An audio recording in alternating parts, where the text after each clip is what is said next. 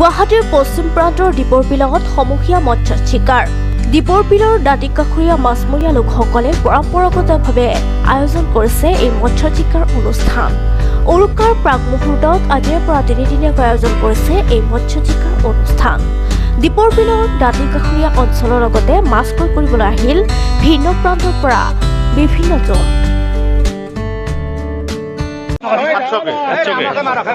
প্ৰত্যেক বছৰে আপোনালোকে আজি কেইটা ল'লে আপুনি?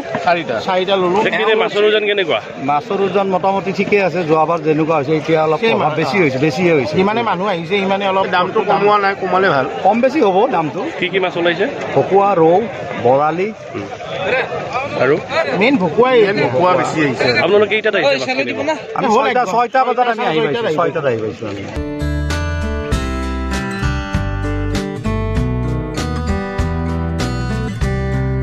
মিৰ্জাপুৰ আনন্দ কলিতা ৰিপৰ্ট, সংবাদ লহৰ।